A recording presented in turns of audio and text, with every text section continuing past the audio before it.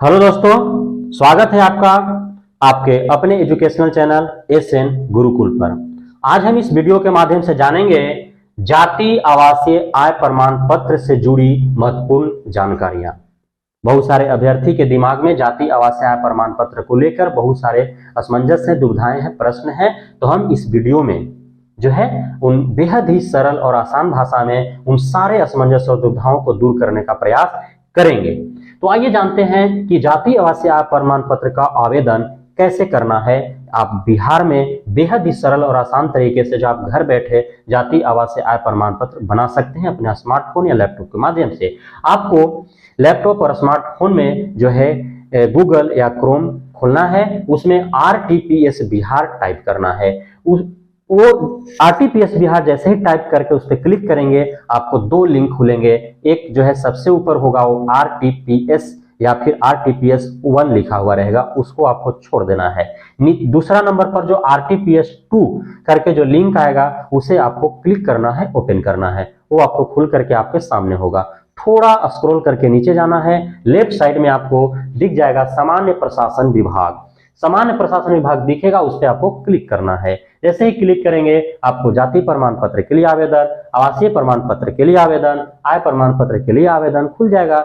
जो आपको अप्लाई करना है उस पर क्लिक करेंगे तो आपको अंचल स्तर, अनुमंडल स्तर, जिला स्तर खुल के आएगा। आपको जो है अंचल स्तर का बनवाना है। यदि आप अनुमंडल और जिला स्तर का बनवाना चाहते हैं तो सबसे पहले आपको अंचल का बनवा लेना है और निर्गत होने के बाद ही आप अनुमंडल और फिर जिला का आवेदन कर सकते हैं। तो इस प्रकार जो है बिना 1 रुपए खर्च किए हुए, बिना कहीं भाग दौड़ के घर बैठे आप आसानी से स्मार्टफोन या लैपटॉप के माध्यम से आप स्वयं ही जाति आवासीय आय प्रमाण पत्र के लिए आवेदन कर सकते हैं। तो ये तो हो गया कि कैसे आवेदन करना है। अब जो है आपके दिमाग में बहुत सारे प्रश्न हैं जाति आवासीय आय को लेकर के, खासकर महिलाओं के मस्तिष्क में, दिमाग में। तो आइए एक एक प्रश्न का हम हल जानते हैं, एक एक प्रश्न का हम जवाब जानते हैं। पहला प्रश्न आपके दिमाग में है कि आवासीय प्रमाण पत्र जो है वो किस प्रकार का बनाएं। तो आवासीय प्रमाण पत्र हर हाल में परमानेंट डोमिसाइल सर्टिफिकेट या परमानेंट रेसिडेंशियल सर्टिफिकेट होना चाहिए, अस्थायी निवास प्रमाण पत्र होना चाहिए आपके पास।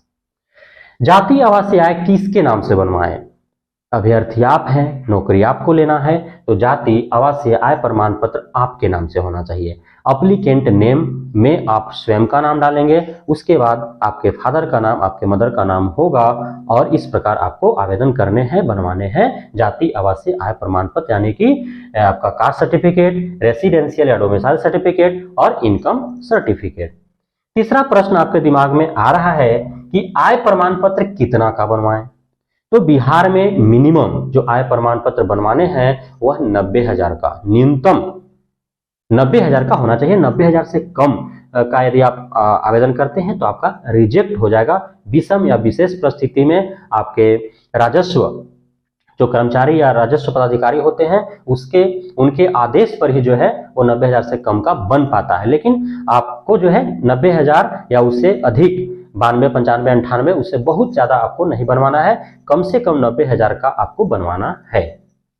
किन किन लोगों को जाति प्रमाण पत्र अनिवार्य है? जनरल कैटेगरी को जाति प्रमाण पत्र किसी भी स्थिति में नहीं चाहिए, है ना।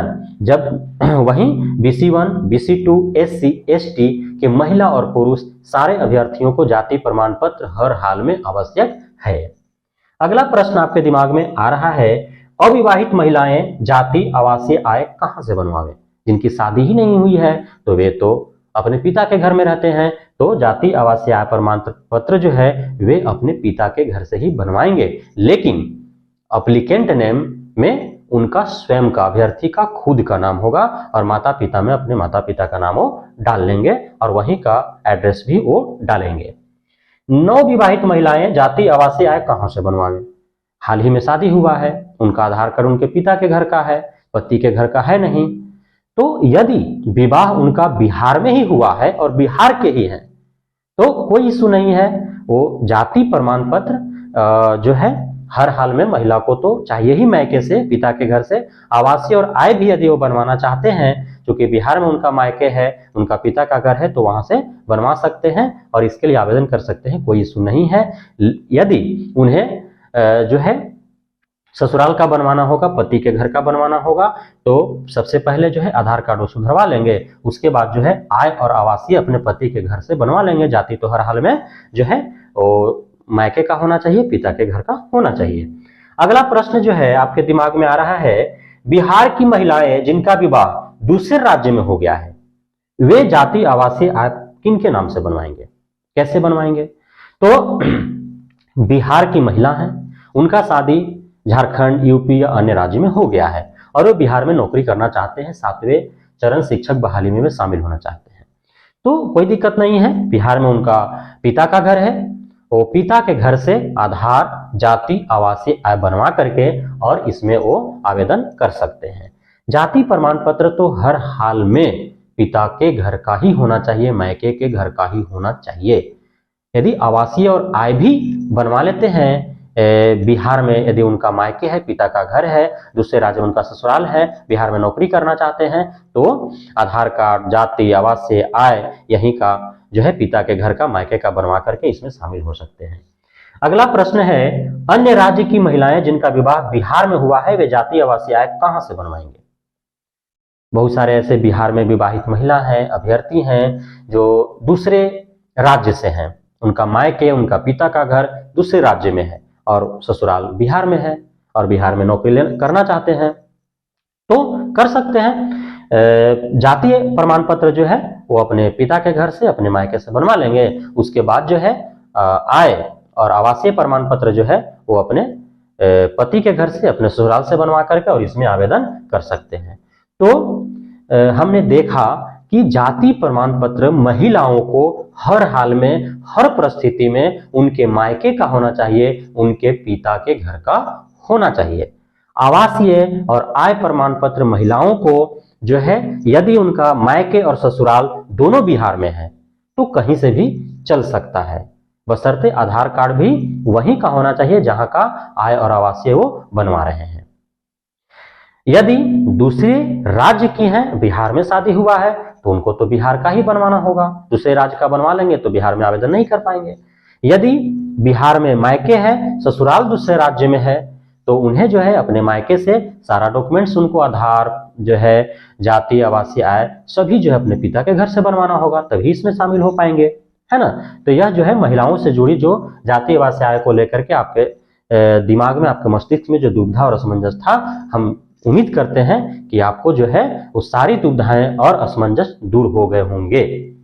एक और प्रश्न है कि बहुत सारे ऐसे अभ्यर्थी हैं जो जिनका दुर्भाग्य रहा और उनके माता या पिता या दोनों देहांत कर गए, तो जाति आवासीय आय वो कैसे बनवाएंगे? आप जब ऑनलाइन आवेदन करेंगे जाति आवासीय आय प्रमाण पत्र के लिए, तो उसका जो फॉर्म ऑनलाइन करने के लिए जो आवेदन जो खुलता है उसमें applicant name, father name, mother name होता है, उसके बाद पति का नाम होता है और कोई नाम, चाचा का नाम लिखो या जो आपका लालन पालन या जिसके केयर में आप रह रहे हो, ये सब कुछ दिया हुआ नहीं रहता है। तो आपको हर हाल में माता और पिता का नाम लिखना है और आसानी से निर्गत हो जाते हैं, कोई बहुत बड़ा इशू नहीं है, चिंता का विषय नहीं है। तो इस प्रकार जो है जाति आवासीय आय से जुड़ी जो महत्वपूर्ण जानकारियां थी, जो बार बार जो आपके दिमाग में, आपके मस्तिष्क में जो असमंजस और दुविधाएं जो उत्पन्न हो रही थी, जो प्रश्न आपके दिमाग में खड़े हो रहे थे जाति आवासीय आय प्रमाण पत्र को लेकर के, तो हम उम्मीद करते हैं कि बेहद ही सरल और आसान तरीके से आपके मस्तिष्क का जो असमंजस और जो दुविधा और जो प्रश्न था उसका हल मिल गया होगा, उसका समाधान हो गया होगा।